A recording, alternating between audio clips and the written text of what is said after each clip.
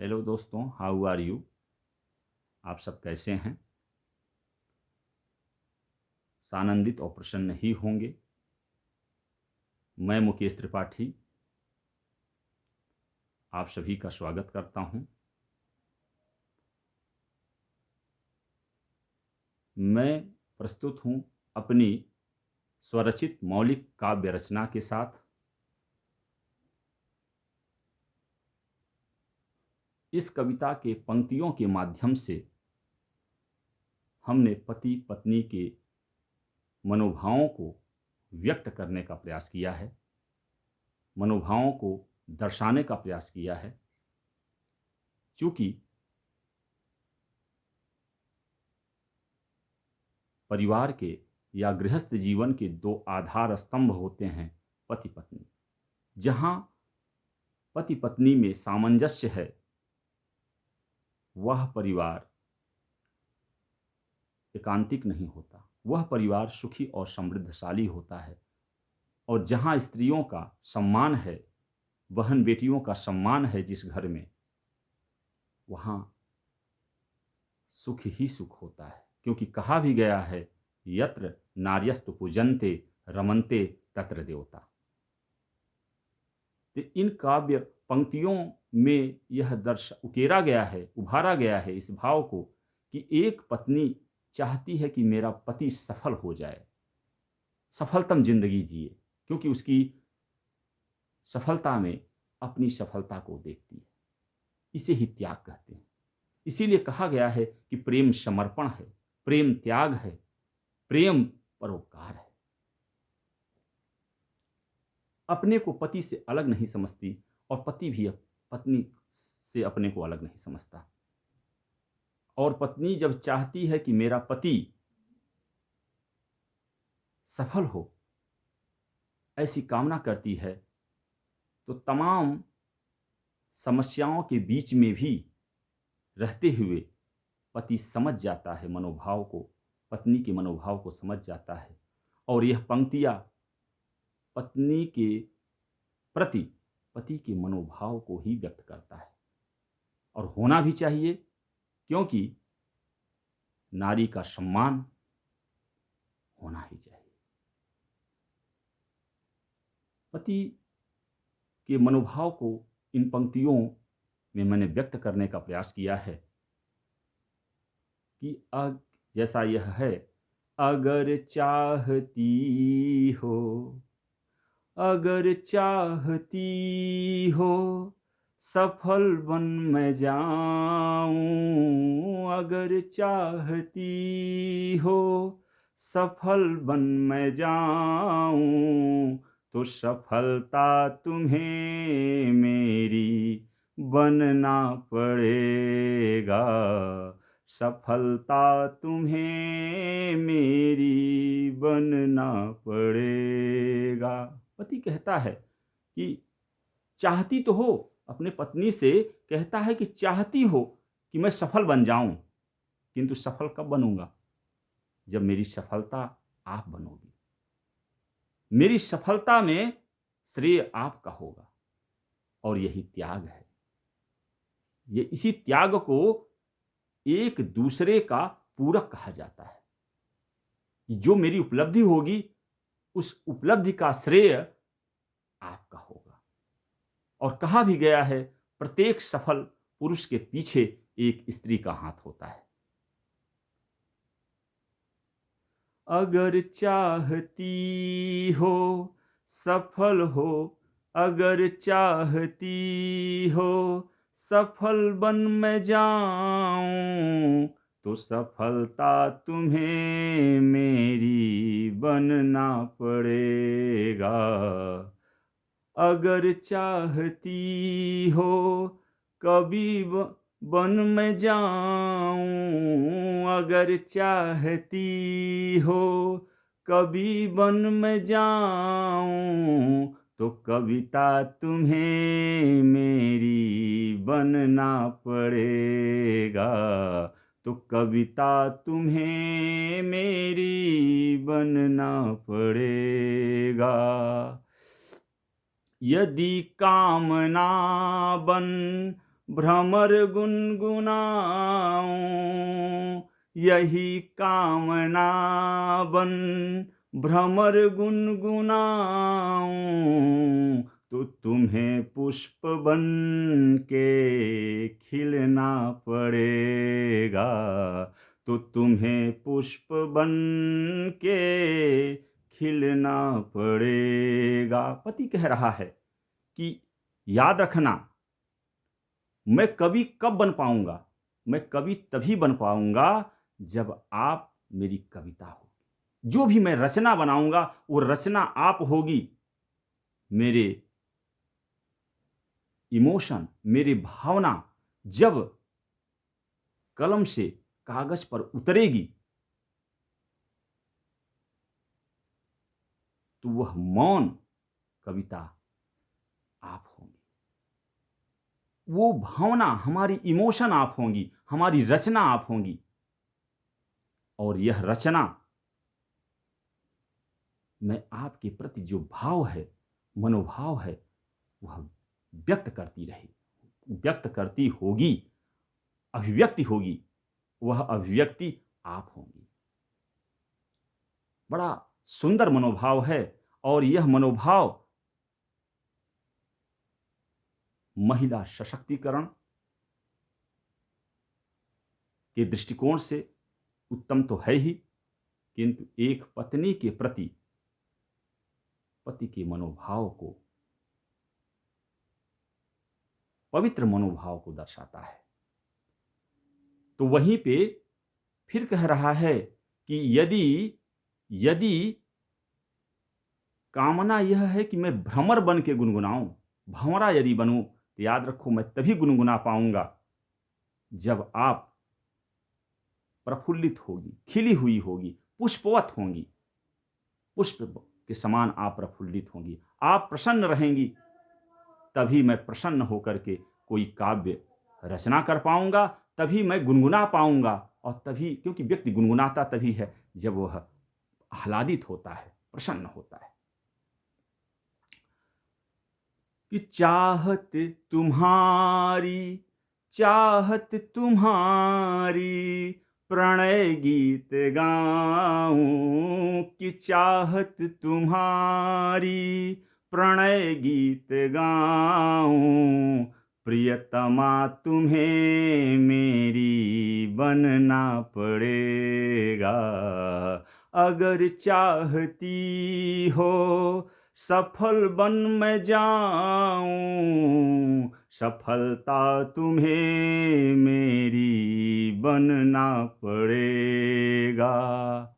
और इतना ही नहीं, अगर चाहती हो चलूं कर्म पथ पर, यदि आप चाहती हो कि मैं कर्म करूं, आलस्य ना मेरे जीवन में आए, अगर चाहती हो चलूं कर्म पथ पर, तो तुम्हें संग संग मेरे चलना पड़ेगा।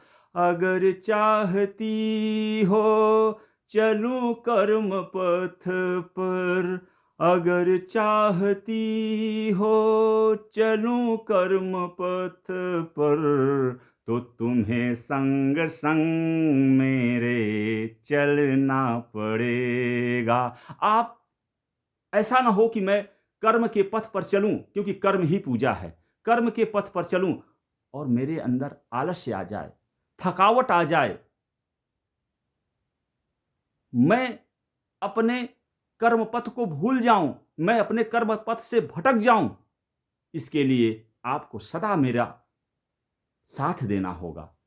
कितने सुंदर और उदात्त मनोभाव हैं इन पंक्तियों में, जिसको उभारने का प्रयास हुआ है कि अगर चाहती हो चलूं कर्म पथ पर, तो तुम्हें संग संग मेरे चलना पड़ेगा।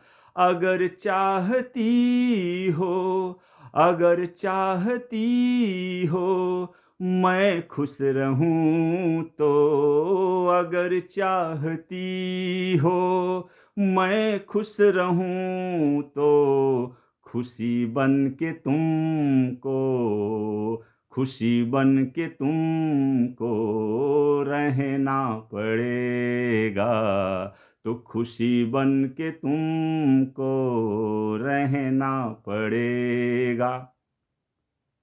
मैं सफल तभी बन पाऊंगा जब आप मेरे साथ साथ चलोगी, और साथ में मैं प्रसन्न कब रह पाऊंगा? मैं प्रसन्न तभी रहूंगा जब आप खुश रहोगी। यहां देखिए फिर से उदात्तता, प्रेम की उदात्त पराकाष्ठा, उदात्तता प्रदर्शित हो रहा है। प्रेम का पराकाष्ठा प्रदर्शित हो रहा है कि प्रेम वह नहीं है जो स्वार्थमय हो, प्रेम वह है जो परमार्थमय हो। यहां परमार्थता स्पष्ट दृष्टिगोचर हो रही है। क्या? कि मेरी खुशी आपके खुशी में है। जैसे पति चाहता है कि पत्नी के खुशी में मेरी खुशी है, वैसे ही पत्नी भी चाहती है कि पति के खुशी में मेरी खुशी है। इसे ही कहते हैं समर्पण। जहां समर्पण है, जहां त्याग है, वहीं पे रिश्तों की उदात्तता की झलक है। फिर आगे की पंक्तियां हैं कि चाहत तुम्हारी, चाहत तुम्हारी विरह वेदना से, चाहत तुम्हारी विरह वेदना से विरत मैं रहूं तो। यदि आप ये चाहती हो कि मैं आपसे दूर न जाऊं, क्योंकि दूर जाने पे याद आती है, अपनों की याद आती है। अपनों की जब याद आती है तो यह विरह की वेदना असह्य हो जाती है। और इसी बात को पति कह रहा है चाहत तुम्हारी, क्योंकि तुम चाहती हो, पत्नी चाहती है कि पति मेरे से दूर ना जाए, घर में रहे, आंखों के सामने रहे, प्रसन्न रहे, क्योंकि एक दूसरे के पूरक हैं, एक दूसरे की जिंदगी हैं। पति पत्नी का रिश्ता, और हम भारतीय संस्कृति में तो एक दूसरे को देवता और देवी कह के पुकारा गया है कि चाहत तुम्हारी विरह वेदना से विरत मैं रहूं तो सदा संगिनी बन के रहना पड़ेगा, सदा संगिनी बन के रहना पड़ेगा। साथ ना छोड़ना, हमेशा मेरे साथ रहिए। वैसे भी कहा जाता है कि पति पत्नी का संबंध 7 जन्मों का संबंध होता है, और इसी बात को देखिए कहा भी गया है। यहां तक कि परमात्मा हैं भगवान श्री राम, मर्यादा पुरुषोत्तम श्री राम, और जब सीता जी का हरण हो जाता है, जैसा कि राम कथा में, रामचरितमानस में है, उद्धृत है, हमको ज्ञान कराती है, हमको यह प्रमुख पुस्तक हमको संज्ञान कराती है इस बात की कि जब माता सीता का हरण होता है तो वहां पे लिखा जाता है, कवि लिखते हैं कि वो भी विचलित हो जाते हैं। हे खग हे मृग मधुकर श्रेणी, तुम देख्यो सीता मृग नयनी। सोचिए, परमात्मा हैं, जगत नियंता हैं, सर्वज्ञ हैं, सर्वशक्तिमान हैं, वो भी सांसारिक लीला को प्रदर्शित करते हैं कि पर्वतों से पूछ रहे हैं, पर्वत श्रृंखलाओं से पूछ रहे हैं, मृग से पूछ रहे हैं, पक्षियों से पूछ रहे हैं कि क्या आप लोगों ने मेरी सीता को देखा? यह है विरह वेदना। और इसी बात को उभारा गया है। यहां पति कहता है कि यदि सदा साथ देने की आप वचन दो, सदा साथ दोगी, तो विरह वेदना आएगी ही नहीं, कष्ट होगा ही नहीं। और फिर से यह प्रसंग आता है कि अगर चाहती हो तुम सा दिखूं मैं। फिर देखिए यहां इस लाइन में है, इस पंक्ति में, इस काव्य पंक्ति में यहां एकाकार की कल्पना की जाती है, यहां तदाकार की कल्पना की जाती है। क्योंकि कहा भी गया है, सिय राम मैं सब जग जानी, करहूं प्रणाम जोरि जुग पानी। कहा भी गया संसार के जितने हैं कण कण में वही समाया है। कोई भेद जो दिख रहा है वह अभेद है। पति पत्नी अभेद संबंध है। हमारे यहां तो अर्धनारीश्वर की कल्पना की गई है। अर्धनारीश्वर संबंधी विचार उभर के आया है और इसी बात को अर्धनारीश्वर की कल्पना। वैसे भी कहा जाता है पत्नी को अर्धांगिनी। तो यहां यह कह रहा है पत्नी चाहती है, क्योंकि पति आह्लादित है, अपने पत्नी के समान दिखना चाहता है और पत्नी चाहती है कि मैं पति जैसा बन जाऊं। दोनों एक दूसरे को महान समझते हैं और जहां एक दूसरे को महान समझा जाए वहां अहंकार तिरोहित हो जाता है और जहां अहंकार नहीं रहता है वहीं पर तदाकार उत्पन्न होता है। तो ये लाइन कह रही है कि अगर चाहती हो तुम सा दिखूं मैं, मतलब मैं तुम्हारे जैसा ही, मतलब तुम्हारे और हमारे बीच में कोई अंतर ना रह जाए। मन के स्तर पर, आत्मा के स्तर पे तो हम एक हैं। और यहां उसी बात को उभारा गया कि अगर चाहती हो तुम सा दिखूं मैं, सूरत तुम्हें मेरी बनना पड़ेगा। अगर चाहती हो तुम सा दिखूं मैं, तो सूरत तुम्हें मेरी बनना पड़ेगा। अगर चाहती हो सफल बन मैं जाऊं, तो सफलता तुम्हें मेरी बनना पड़ेगा। सफलता तुम्हें मेरी बनना पड़ेगा। देखिए यह हमारी काव्य पंक्तियां थीं जिसमें मैंने पति पत्नी के संबंध को इन काव्य पंक्तियों के द्वारा अभिव्यक्ति प्रदान करने की कोशिश की। धन्यवाद। जय हिंद। Thank you.